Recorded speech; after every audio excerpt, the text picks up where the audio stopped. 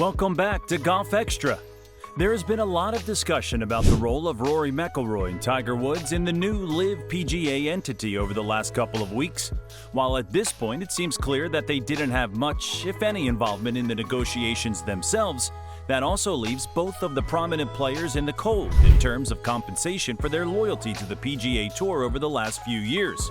With that being said, there are some recent developments in terms of what McIlroy, Woods, and other top PGA players can expect in the wake of the merger.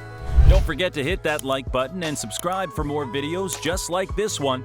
Now, let's get right into what reward might await Tiger Woods and Rory McIlroy after the LIV-PGA merger.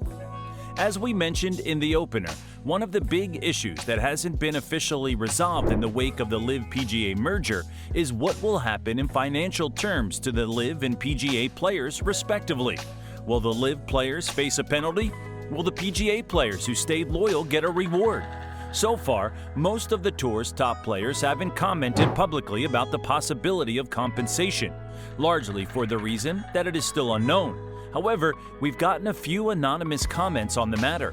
For instance, one well-known PGA Tour player who did receive a lucrative offer from LIV asked immediately after the merger, "Do guys who stayed loyal just get a thank you, and then guys who got money just get that money and get to come back?" There's a lot of questions there. Another anonymous source, a player ranked inside the OWGR Top 50, said, "Is there a way that guys who stayed loyal, not that we need any compensation because we play for plenty of money, that's not what it is, but is there a way to make the guys feel like they are compensated for their loyalty?" Finally, Rory McIlroy, one of the top PGA players and certainly one of their staunchest defenders, added in response to a question about whether compensation was needed for PGA players who stayed loyal, "The simple answer is yes. The complex answer is how does that happen? That's all a gray area and up in the air at the minute. It's hard for me to not sit up here and feel like a sacrificial lamb and feeling like I've put myself out there and this is what happens." Considering that the PGA Tour certainly won't want its best and brightest feeling put out enough to be unhappy with their big new merger, it was unsurprising that after these comments were made, a trickle of news began to be released regarding the potential for compensation of PGA Tour loyalists. The joint news release that came out on the day of the original merger included some information to that effect, including the fact that the three organizations will work cooperatively and in good faith to establish a fair and objective process for any players who desire to reapply for membership with the PGA Tour or the DP World Tour following the completion of the 2023 season, and for determining fair criteria and terms of readmission consistent with each tour's policies. While all of this is fine and well, a press release won't be enough consolation to the players who were kept in the dark throughout the negotiation process. Of special interest are Tiger Woods and Rory McIlroy, the two players who spent the most energy and time defending the PGA Tour in its civil war against LIV Golf. Perhaps those players will be somewhat comforted by the comments that Jay Monahan, the head of the PGA Tour, had in response to questions about what reward those players might expect as a part of the merger. Their loyalty will be rewarded. I'm going to spend every single waking hour as we move forward here. We finalize this agreement and we move into the future, that the players that have created the PGA Tour have created this pro-competitive, legacy-driven juggernaut that have articulated and supported the direction that we're going on. Ultimately, the decision we made, I believe, is going to make it better for all of our players, and loyalty, ultimately, as a leader, always needs to be rewarded. How that manifests itself is something I'm going to spend a lot of time working on. And I think when we're having this conversation down the road, that's something I look forward to being more specific about. Regarding the potential for player compensation in general, Monahan continued, "I think those are all the serious conversations that we're going to have. Ultimately, everything needs to be considered. What we're talking about is an equalization over time, and I think that's a fair and reasonable concept." In the days that have followed, the tour has continued to trickle out information about the financial structure of the new venture. Jimmy Dunn, a PGA Tour Policy Board member, recently said, "The new company would grow, and the current PGA Tour players would get a piece of equity that would enhance and increase in value as time went on. There would have to be some kind of formulaic decision on how to do that. It would be a process to determine what would be a fair mechanism that would be really beneficial to our players." That's certainly an enticing idea for the players.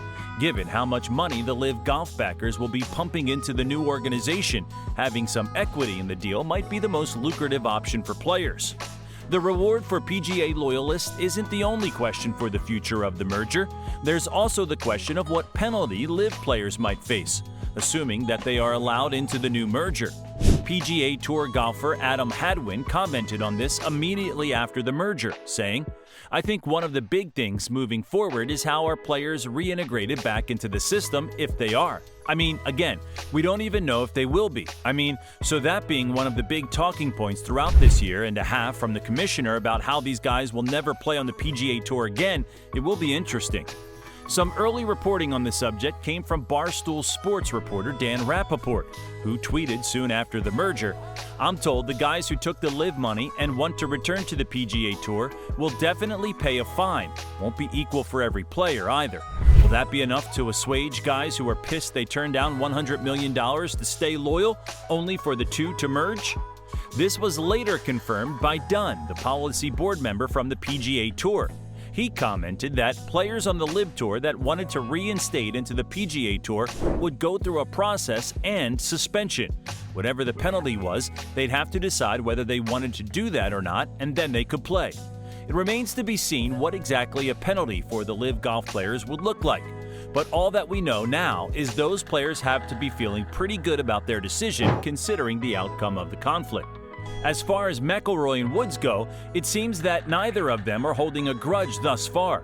Woods hasn't commented on the matter publicly to this point, but McIlroy made a lengthy statement prior to the RBC Canadian Open, expressing his confidence in the future of the PGA Tour. However, he also cautioned against allowing the LIV defectors back in scot-free.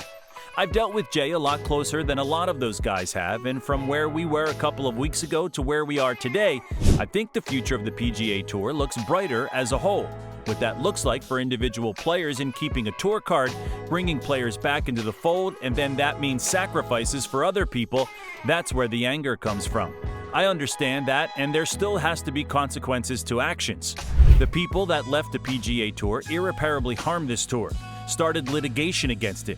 We can't welcome them back in. That's not going to happen." That's what Jay was trying to get across today. One other consideration in all of this is the other players who are a part of the PGA Tour. Will they see a reward? Longtime journeyman Chesson Hadley wondered the same thing when asked about it in a recent press conference, referencing Monahan's comments and saying, "I think he said that about Rory and Tiger, didn't he? Anyway, I would like to be rewarded for some loyalty. I felt those guys didn't do the wrong thing who went to LIV. They made a business decision. I don't hold that against anybody, but I would like to be rewarded for my decision to stay loyal."